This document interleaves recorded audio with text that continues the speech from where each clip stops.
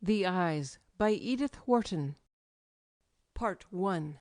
We had been put in the mood for ghosts that evening, after an excellent dinner at our old friend Culwin's, by a tale of Fred Murchard's, the narrative of a strange personal visitation. Seen through the haze of our cigars, and by the drowsy gleam of a coal fire, Culwin's library, with its oak walls and dark old bindings, made a good setting for such avocations; and ghostly experiences at first hand being, after Murchard's opening, the only kind acceptable to us, we proceeded to take stock of our group and tax each member for a contribution. There were 8 of us, and 7 contrived, in a manner more or less adequate, to fulfil the condition imposed. It surprised us all to find that we could muster such a show of supernatural impressions, for none of us, excepting Murchard himself and young Phil Frenham, whose story was the slightest of the lot, had the habit of sending our souls into the invisible, so that on the whole we had every reason to be proud of our 7 exhibits, and none of us would have dreamed of expecting an 8th from our host.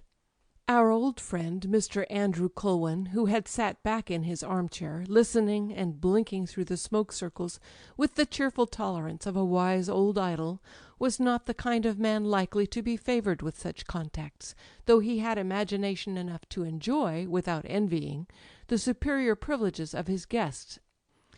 By age and by education he belonged to the stout positivist tradition, and his habit of thought had been formed in the days of the epic struggle between physics and metaphysics. But he had been, then and always, essentially a spectator, a humorous detached observer of the immense muddled variety show of life, slipping out of his seat now and then for a brief dip into the convivialities at the back of the house, but never, as far as one knew, showing the least desire to jump on the stage and do a turn. Among his contemporaries there lingered a vague tradition of his having, at a remote period and in a romantic clime, been wounded in a duel; but this legend no more tallied with what we younger men knew of his character than my mother's assertion that he had once been a charming little man with nice eyes corresponded to any possible reconstitution of his physiognomy. "He never can have looked anything but a bundle of sticks," Murchard had once said of him. "Or a phosphorescent log, rather," someone else amended, and we recognized the happiness of this description of his small squat trunk, with the red blink of the eyes, in a face like mottled bark. He had always been possessed of a leisure which he had nursed and protected instead of squandering it in vain activities. His carefully guarded hours had been devoted to the cultivation of a fine intelligence and a few judiciously chosen habits, and none of the disturbances common to human experience seemed to have crossed his sky. Nevertheless, his dispassionate survey of the universe had not raised his opinion of that costly experiment, and his study of the human race seemed to have resulted in the conclusion that all men were superfluous and women necessary only because someone had to do the cooking. On the importance of this point his convictions were absolute, and gastronomy was the only science which he revered as a dogma. It must be owned that his little dinners were a strong argument in favour of this view, besides being a reason, though not the main one, for the fidelity of his friends. Mentally he exercised a hospitality less seductive but no less stimulating. His mind was like a forum or some open meeting place for the exchange of ideas, somewhat cold and draughty, but light, spacious, and orderly, a kind of academic grove from which all the leaves have fallen. In this privileged area a dozen of us were wont to stretch our muscles and expand our lungs, and as if to prolong as much as possible the tradition of what we felt to be a vanishing institution, 1 or 2 neophytes were now and then added to our band. Young Phil Frenham was the last and the most interesting of these recruits, and a good example of Murchard's somewhat morbid assertion that our old friend liked 'em juicy. It was indeed a fact that Culwin, for all his dryness, specially tasted the lyric qualities in youth. As he was far too good an Epicurean to nip the flowers of soul which he gathered for his garden, his friendship was not a disintegrating influence; on the contrary, it forced the young idea to robuster bloom. And in Phil Frenham he had a good subject for experimentation. The boy was really intelligent, and the soundness of his nature was like the pure paste under a fine glaze. Colwyn had fished him out of a fog of family dullness and pulled him up to a peak in Darien, and the adventure hadn't hurt him a bit. Indeed, the skill with which Colwyn had contrived to stimulate his curiosities without robbing them of their bloom of awe seemed to me a sufficient answer to Murchard's ogreish metaphor. There was nothing hectic in Frenham's efflorescence, and his old friend had not laid even a finger-tip on the sacred stupidities. One wanted no better proof of that than the fact that Frenham still reverenced them in Colwyn. "There's a side of him you fellows don't see. I believe that story about the duel," he declared, and it was of the very essence of this belief that it should impel him, just as our little party was dispersing, to turn back to our host with the joking demand: "And now you've got to tell us about your ghost." The outer door had closed on Murchard and the others. Only Frenham and I remained, and the devoted servant who presided over Colwyn's destinies, having brought a fresh supply of soda water, had been laconically ordered to bed. Colwyn's sociability was a night-blooming flower, and we knew that he expected the nucleus of his group to tighten around him after midnight. But Frenham's appeal seemed to disconcert him comically, and he rose from the chair in which he had just reseated himself after his farewells in the hall. "My ghost? Do you suppose I'm fool enough to go to the expense of keeping one of my own when there are so many charming ones in my friends' closets? Take another cigar," he said, revolving toward me with a laugh. Frenham laughed too, pulling up his slender height before the chimney-piece as he turned to face his short, bristling friend. "Oh," he said, "you'd never be content to share if you met one you really liked."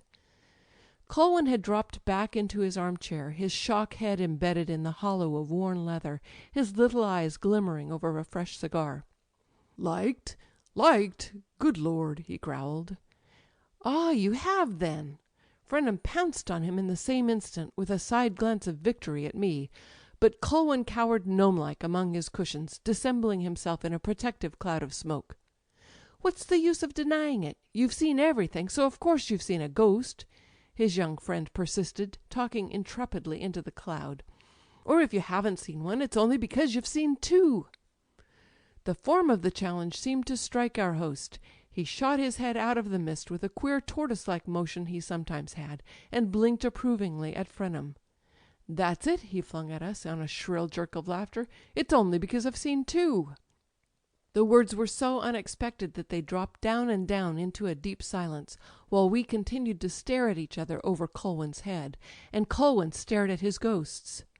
At length Frenham, without speaking, threw himself into the chair on the other side of the hearth, and leaned forward with his listening smile. II. "Oh, of course they're not show ghosts. A collector wouldn't think anything of them. Don't let me raise your hopes. Their one merit is their numerical strength, the exceptional fact of their being two. But as against this, I'm bound to admit that at any moment I could probably have exercised them both, by asking my doctor for a prescription or my oculist for a pair of spectacles, only, as I never could make up my mind whether to go to the doctor or the oculist, whether I was afflicted by an optical or a digestive delusion, I left them to pursue their interesting double life, though at times they made mine exceedingly uncomfortable. Yes, uncomfortable, and you know how I hate to be uncomfortable. But it was part of my stupid pride, when the thing began, not to admit that I could be disturbed by the trifling matter of seeing two. And then I'd no reason, really, to suppose I was ill. As far as I knew, I was simply bored, horribly bored. But it was part of my boredom, I remember, that I was feeling so uncommonly well, and didn't know how on earth to work off my surplus energy. I had come back from a long journey, down to South America and Mexico, and had settled down for the winter near New York with an old aunt who had known Washington Irving and corresponded with N.P. Willis. She lived not far from Irvington, in a damp Gothic villa overhung by Norway spruces, and looking exactly like a memorial emblem done in hair. Her personal appearance was in keeping with this image, and her own hair, of which there was little left, might have been sacrificed to the manufacture of the emblem. I had just reached the end of an agitated year, with considerable arrears to make up in money and emotion, and theoretically it seemed as though my aunt's mild hospitality would be as beneficial to my nerves as to my purse. But the deuce of it was that as soon as I felt myself safe and sheltered my energy began to revive. And how was I to work it off inside a memorial emblem? I had at that time the illusion that sustained intellectual effort could engage a man's whole activity, and I decided to write a great book. I forget about what. My aunt, impressed by my plan, gave up to me her Gothic library filled with classics bound in black cloth and daguerreotypes of faded celebrities, and I sat down at my desk to win myself a place among their number.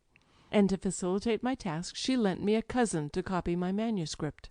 The cousin was a nice girl, and I had an idea that a nice girl was just what I needed to restore my faith in human nature, and principally in myself. She was neither beautiful nor intelligent. Poor Alice Nowell! But it interested me to see any woman content to be so uninteresting, and I wanted to find out the secret of her content. In doing this I handled it rather rashly, and put it out of joint. Oh, just for a moment. There's no fatuity in telling you this, for the poor girl had never seen anyone but cousins. Well, I was sorry for what I'd done, and of course confoundedly bothered as to how I should put it straight. She was staying in the house, and one evening, after my aunt had gone to bed, she came down to the library to fetch a book she'd mislaid, like any artless heroine, on the shelves behind us. She was pink-nosed and flustered, and it suddenly occurred to me that her hair, though it was fairly thick and pretty, would look exactly like my aunt's when she grew older. I was glad I had noticed this, for it made it easier for me to decide to do what was right, and when I had found the book she hadn't lost, I told her I was leaving for Europe that week.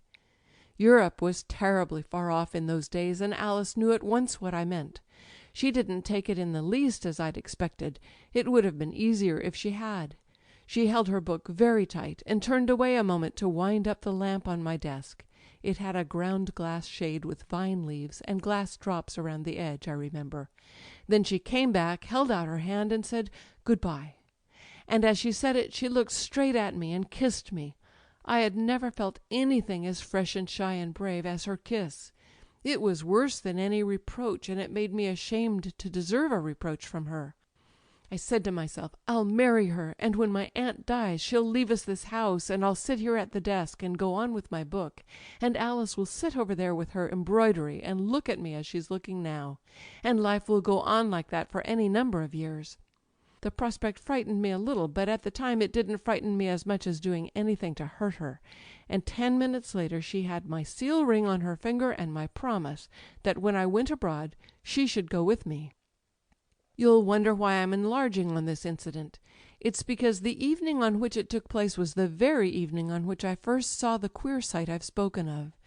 Being at that time an ardent believer in a necessary sequence between cause and effect, I naturally tried to trace some kind of link between what had just happened to me in my aunt's library and what was to happen a few hours later on the same night, and so the coincidence between the two events always remained in my mind. I went up to bed with rather a heavy heart, for I was bowed under the weight of the first good action I had ever consciously committed, and young as I was, I saw the gravity of my situation. Don't imagine from this that I had hitherto been an instrument of destruction. I had been merely a harmless young man who had followed his bent and declined all collaboration with Providence.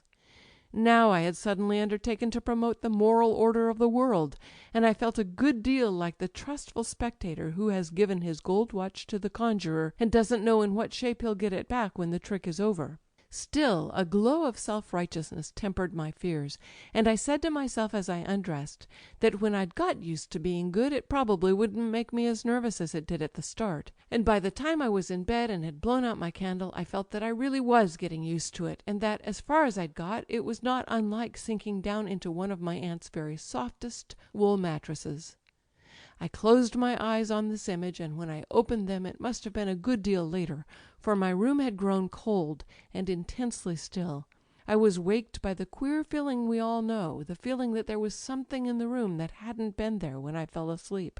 I sat up and strained my eyes into the darkness. The room was pitch black, and at first I saw nothing, but gradually a vague glimmer at the foot of the bed turned into 2 eyes staring back at me. I couldn't distinguish the features attached to them, but as I looked the eyes grew more and more distinct. They gave out a light of their own. The sensation of being thus gazed at was far from pleasant, and you might suppose that my first impulse would have been to jump out of bed and hurl myself on the invisible figure attached to the eyes. But it wasn't. My impulse was simply to lie still, and I can't say whether this was due to an immediate sense of the uncanny nature of the apparition, to the certainty that if I did jump out of bed I should hurl myself on nothing, or merely to the benumbing effect of the eyes themselves. They were the very worst eyes I've ever seen. A man's eyes, but what a man! My first thought was that he must be frightfully old. The orbits were sunk, and the thick red-lined lids hung over the eyeballs like blinds of which the cords are broken. One lid drooped a little lower than the other, with the effect of a crooked leer, and between these folds of flesh, with their scant bristle of lashes, the eyes themselves, small glassy discs with an agate-like rim, looked like sea-pebbles in the grip of a starfish. But the age of the eyes was not the most unpleasant thing about them. What turned me sick was their expression of vicious security. I don't know how else to describe the fact that they seemed to belong to a man who had done a lot of harm in his life, but had always kept just inside the danger lines. They were not the eyes of a coward, but of someone much too clever to take risks, and my gorge rose at their look of base astuteness. Yet even that wasn't the worst, for as we continued to scan each other I saw in them a tinge of derision, and felt myself to be its object. At that I was seized by an impulse of rage that jerked me to my feet and pitched me straight at the unseen figure; but of course there wasn't any figure there, and my fist struck at emptiness. Ashamed and cold, I groped about for a match and lit the candles. The room looked just as usual, as I had known it would, and I crawled back to bed and blew out the lights. As soon as the room was dark again the eyes reappeared, and I now applied myself to explaining them on scientific principles. At first I thought the illusion might have been caused by the glow of the last embers in the chimney, but the fireplace was on the other side of my bed, and so placed that the fire could not be reflected in my toilet glass, which was the only mirror in the room. Then it struck me that I might have been tricked by the reflection of the embers in some polished bit of wood or metal, and though I couldn't discover any object of the sort in my line of vision, I got up again, groped my way to the hearth, and covered what was left of the fire. But as soon as I was back in bed the eyes were back at its foot. They were an hallucination then, that was plain; but the fact that they were not due to any external dupery didn't make them a bit pleasanter. For if they were a projection of my inner consciousness, what the deuce was the matter with that organ? I had gone deeply enough into the mystery of morbid pathological states to picture the conditions under which an exploring mind might lay itself open to such a midnight admonition; but I couldn't fit it to my present case. I had never felt more normal, mentally and physically, and the only unusual fact in my situation, that of having assured the happiness of an amiable girl, did not seem of a kind to summon unclean spirits about my pillow. But there were the eyes, still looking at me. I shut mine and tried to evoke a vision of Alice Nowell's. They were not remarkable eyes, but they were as wholesome as fresh water, and if she had had more imagination, or longer lashes, their expression might have been interesting. As it was, they did not prove very efficacious, and in a few moments I perceived that they had mysteriously changed into the eyes at the foot of the bed. It exasperated me more to feel these glaring at me through my shut lids than to see them, and I opened my eyes again and looked straight into their hateful stare. And so it went on all night. I can't tell you what that night was like, nor how long it lasted. Have you ever lain in bed, hopelessly wide awake, and tried to keep your eyes shut, knowing that if you opened them you'd see something you dreaded and loathed? It sounds easy, but it's devilishly hard. Those eyes hung there and drew me. I had the vertige de l'abîme, and their red lids were the edge of my abyss. I had known nervous hours before, hours when I'd felt the wind of danger on my neck, but never this kind of strain. It wasn't that the eyes were awful. They hadn't the majesty of the powers of darkness, but they had, how shall I say, a physical effect that was the equivalent of a bad smell.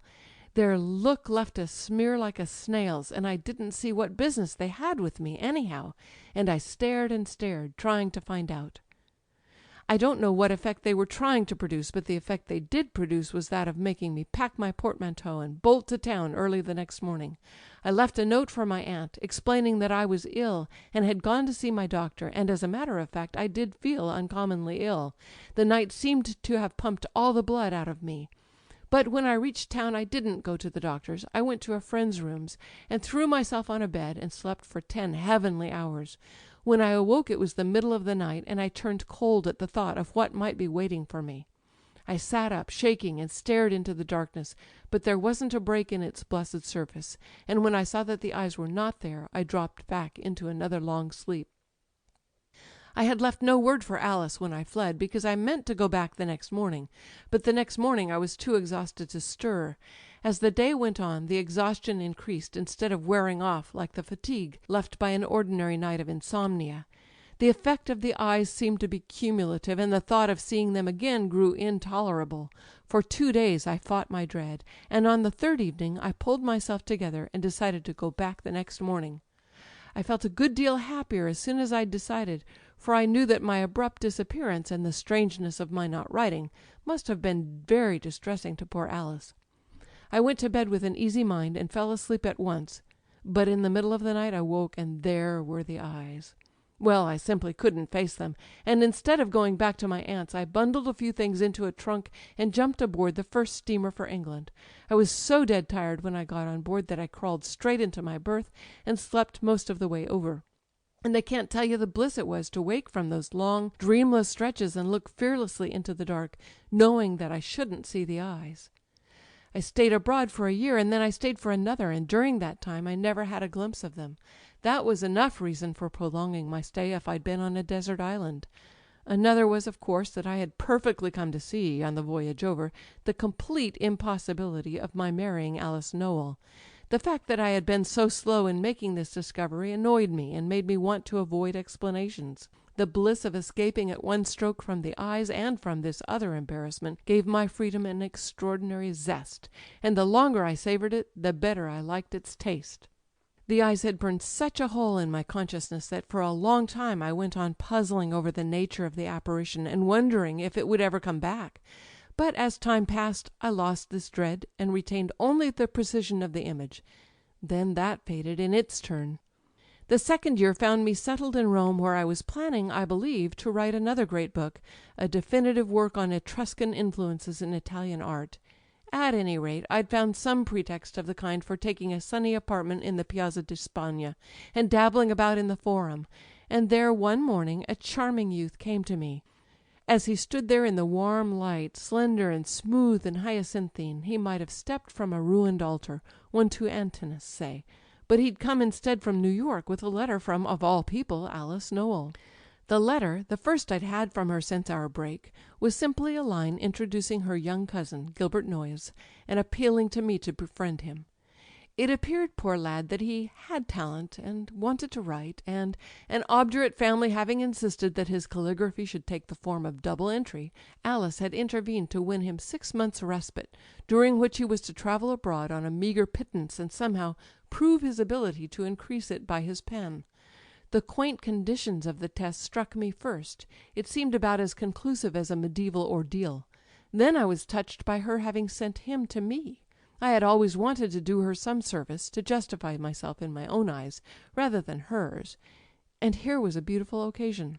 I imagine it's safe to lay down the general principle that predestined geniuses don't, as a rule, appear before one in the spring sunshine of the Forum looking like one of its banished gods.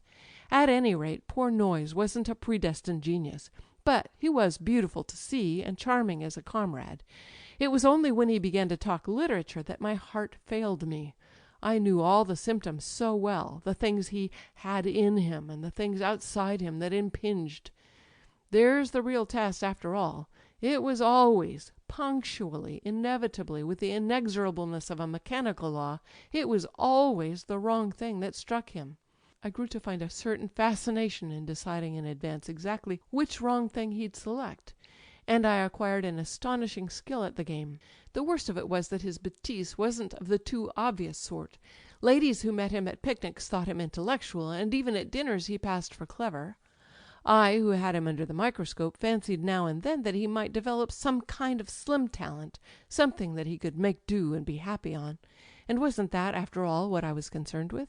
He was so charming, he continued to be so charming, that he called forth all my charity in support of this argument, and for the first few months I really believed there was a chance for him. Those months were delightful. Noyes was constantly with me, and the more I saw of him the better I liked him. His stupidity was a natural grace. It was as beautiful, really, as his eyelashes. And he was so gay, so affectionate, and so happy with me that telling him the truth would have been about as pleasant as slitting the throat of some gentle animal. At first I used to wonder what had put into that radiant head the detestable delusion that it held a brain. Then I began to see that it was simply protective mimicry, and instinctive ruse to get away from family life and an office desk. Not that Gilbert didn't, dear lad, believe in himself. There wasn't a trace of hypocrisy in him. He was sure that his call was irresistible, while to me it was the saving grace of his situation that it wasn't, and that a little money, a little leisure, a little pleasure would have turned him into an inoffensive idler. Unluckily, however, there was no hope of money, and with the alternative of the office desk before him he couldn't postpone his attempt at literature. The stuff he turned out was deplorable, and I see now that I knew it from the first. Still, the absurdity of deciding a man's whole future on a first trial seemed to justify me in withholding my verdict, and perhaps even in encouraging him a little, on the ground that the human plant generally needs warmth to flower. At any rate, I proceeded on that principle, and carried it to the point of getting his term of probation extended. When I left Rome he went with me, and we idled away a delicious summer between Capri and Venice. I said to myself, if he has anything in him, it will come out now. And it did. He was never more enchanting and enchanted. There were moments of our pilgrimage when beauty born of murmuring sound seemed actually to pass into his face. There were moments of our pilgrimage when beauty born of murmuring sound seemed actually to pass into his face, but only to issue forth in a flood of the palest ink. Well, the time came to turn off the tap, and I knew there was no hand but mine to do it. We were back in Rome, and I had taken him to stay with me, not wanting him to be alone in his pension when he had to face the necessity of renouncing his ambition. I hadn't, of course, relied solely on my own judgment in deciding to advise him to drop literature. I had sent his stuff to various people, editors and critics, and they had always sent it back with the same chilling lack of comment. Really, there was nothing on earth to say. I confess I never felt more shabby than I did on the day when I decided to have it out with Gilbert.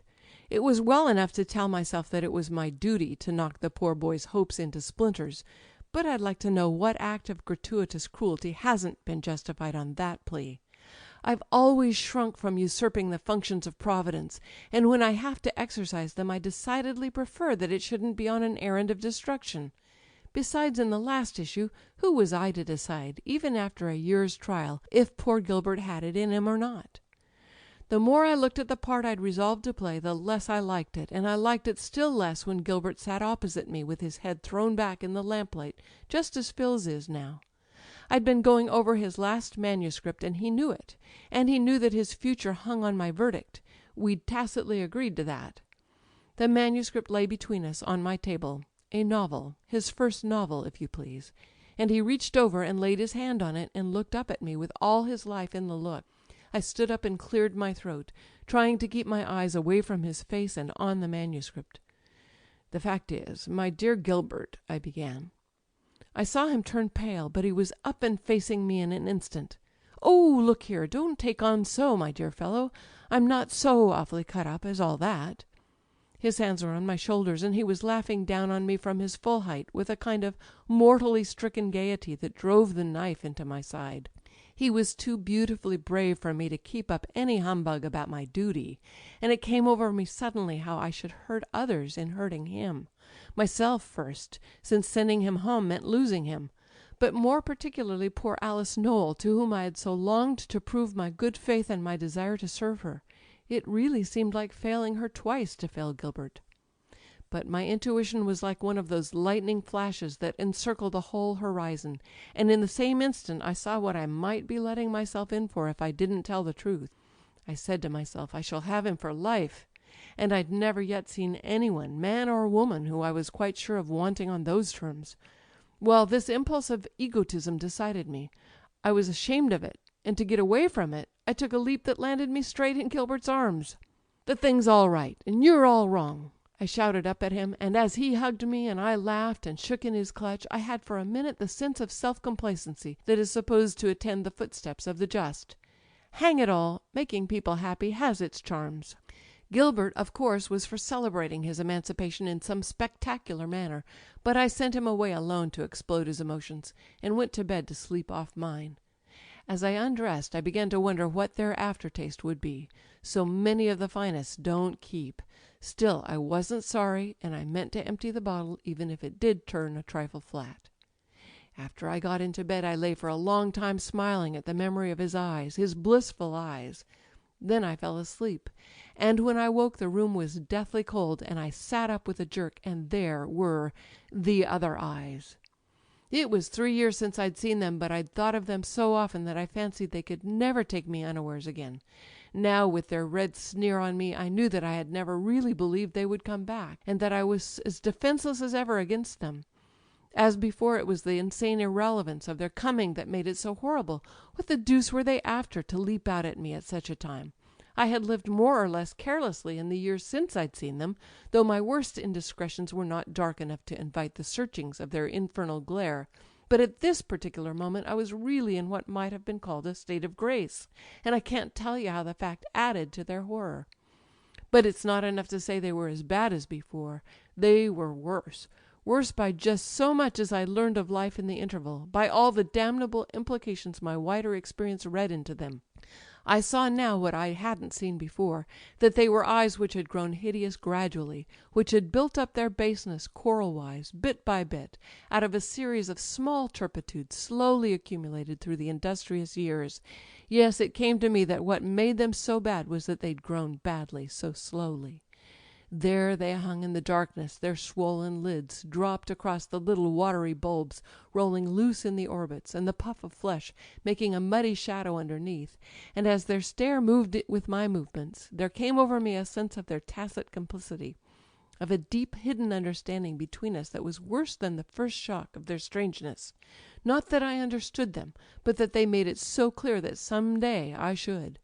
Yes, that was the worst part of it, decidedly, and it was the feeling that became stronger each time they came back. For they got into the damnable habit of coming back. They reminded me of vampires with a taste for young flesh. They seemed so to gloat over the taste of a good conscience. Every night for a month they came to claim their morsel of mine. Since I'd made Gilbert happy, they simply wouldn't loosen their fangs. The coincidence almost made me hate him, poor lad, fortuitous as I felt it to be. I puzzled over it a great deal, but couldn't find any hint of an explanation except in the chance of his association with Alice Nowell. But then the eyes had let up on me the moment I had abandoned her, so they could hardly be the emissaries of a woman scorned, even if one could have pictured poor Alice charging such spirits to avenge her. That set me thinking, and I began to wonder if they would let up on me if I abandoned Gilbert. The temptation was insidious, and I had to stiffen myself against it. But really, dear boy, he was too charming to be sacrificed to such demons.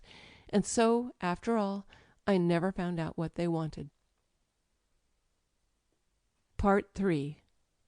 The fire crumbled, sending up a flash which threw into relief the narrator's gnarled face under its grey-black stubble. Pressed into the hollow of the chair back, it stood out an instant like an intaglio of yellowish red-veined stone, with spots of enamel for the eyes. Then the fire sank, and it became once more a dim Rembrandtish blur. Phil Frenham, sitting in a low chair on the opposite side of the hearth, one long arm propped on the table behind him, one hand supporting his thrown-back head, and his eyes fixed on his old friend's face, had not moved since the tale began. He continued to maintain his silent immobility after Culwin had ceased to speak, and it was I who, with a vague sense of disappointment at the sudden drop of the story, finally asked: "But how long did you keep on seeing them?" Culwin, so sunk into his chair that he seemed like a heap of his own empty clothes, stirred a little, as if in surprise at my question. He appeared to have forgotten what he had been telling us. "How long? Oh, off and on, all that winter. It was infernal. I never got used to them. I grew really ill." Frenham shifted his attitude, and as he did so his elbow struck against a small mirror in a bronze frame standing on the table behind him. He turned and changed its angle slightly. Then he resumed his former attitude, his dark head thrown back on his lifted palm, his eyes intent on Culwin's face. Something in his silent gaze embarrassed me, and as if to divert attention from it I pressed on with another question. "And you never tried sacrificing Noyes?" "Oh, no. The fact is I didn't have to. He did it for me, poor boy." "Did it for you? How do you mean?" "He wore me out, wore everybody out. He kept on pouring out his lamentable twaddle and hawking it up and down the place till he became a thing of terror. I tried to wean him from writing ever so gently, you understand, by throwing him with agreeable people, giving him a chance to make himself felt, to come to a sense of what he really had to give. I'd foreseen this solution from the beginning, felt sure that, once the first ardor of authorship was quenched, he'd drop into his place as a charming parasitic thing, the kind of chronic cherubino for whom, in old societies, there's always a seat at table and a shelter behind the ladies' skirts. I saw him take his place as the poet that doesn't write. One knows the type in every drawing-room. Living in that way doesn't cost much. I'd worked it all out in my mind, and felt sure that with a little help he could manage it for the next few years. And meanwhile he'd be sure to marry. I saw him married to a widow, rather older, with a good cook and a well-run house. And I actually had my eye on the widow. Meanwhile I did everything to help the transition, lent him money to ease his conscience, introduced him to pretty women to make him forget his vows. But nothing would do him. He had but one idea in his beautiful, obstinate head. He wanted the laurel and not the rose, and he kept on repeating Gautier's axiom, and battering and filing at his limp prose till he'd spread it out over Lord knows how many 100 pages. Now and then he would send a barrelful to a publisher, and of course it would always come back. At first it didn't matter. He thought he was misunderstood. He took the attitudes of genius, and whenever an opus came home he wrote another to keep it company. Then he had a reaction of despair and accused me of deceiving him, and Lord knows what. I got angry at that, and told him it was he who had deceived himself. He'd come to me determined to write, and I'd done my best to help him. That was the extent of my offence, and I'd done it for his cousin's sake, not his." That seemed to strike home, and he didn't answer for a minute. Then he said, "My time's up and my money's up. What do you think I'd better do?" "I think you better not be an ass," I said. "What do you mean by being an ass?" he asked. I took a letter from my desk and held it out to him. "I mean refusing this offer of Mrs. Ellinger's, to be her secretary at a salary of $5,000. There may be a lot more in it than that." He flung out his hand with a violence that struck the letter from mine. "Oh, I know well enough what's in it," he said, red to the roots of his hair. "And what's the answer, if you know?" I asked.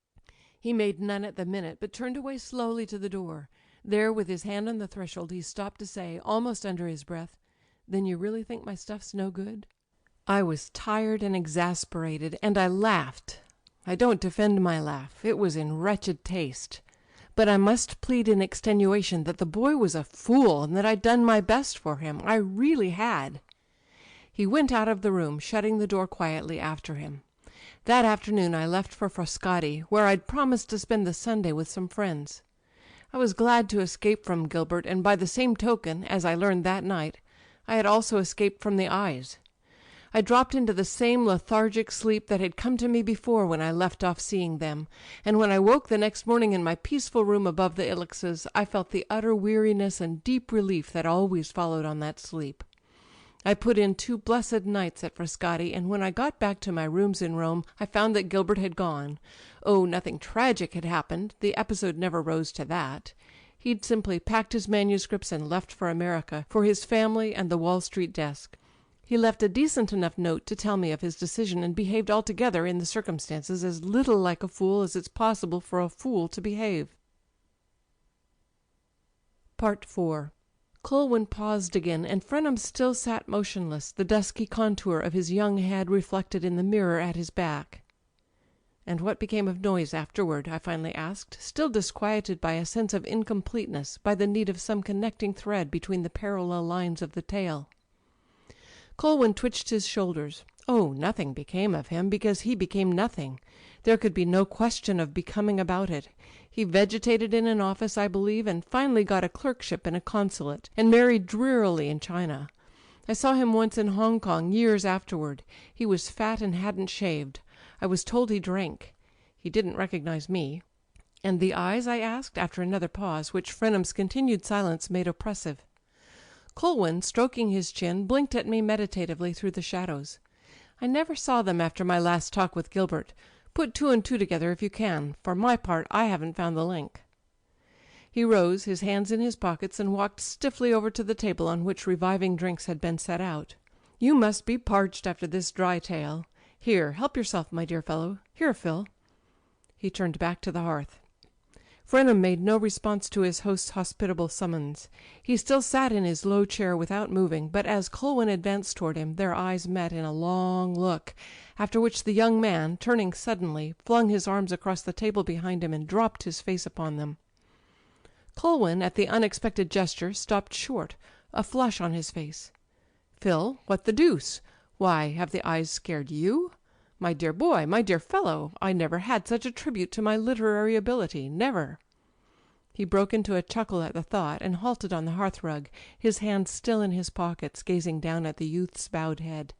Then, as Frenham still made no answer, he moved a step or two nearer. "Cheer up, my dear Phil. It's years since I've seen them. Apparently I've done nothing lately bad enough to call them out of chaos. Unless my present evocation of them has made you see them, which would be their worst stroke yet." His bantering appeal quivered off into an uneasy laugh, and he moved still nearer, bending over Frenham and laying his gouty hands on the lad's shoulders. "Phil, my dear boy, really, what's the matter? Why don't you answer? Have you seen the eyes?" Frenham's face was still hidden, and from where I stood behind Colwyn I saw the latter, as if under the rebuff of this unaccountable attitude, draw back slowly from his friend. As he did so, the light of the lamp on the table fell full on his congested face, and I caught its reflection in the mirror behind Frenham's head.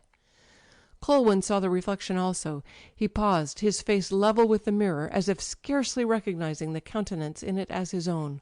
But as he looked, his expression gradually changed, and for an appreciable space of time he and the image in the glass confronted each other with a glare of slowly gathering hate. Then Colwyn let go of Frenham's shoulders and drew back a step. Frenham, his face still hidden, did not stir. The End. The Eyes, by Edith Wharton.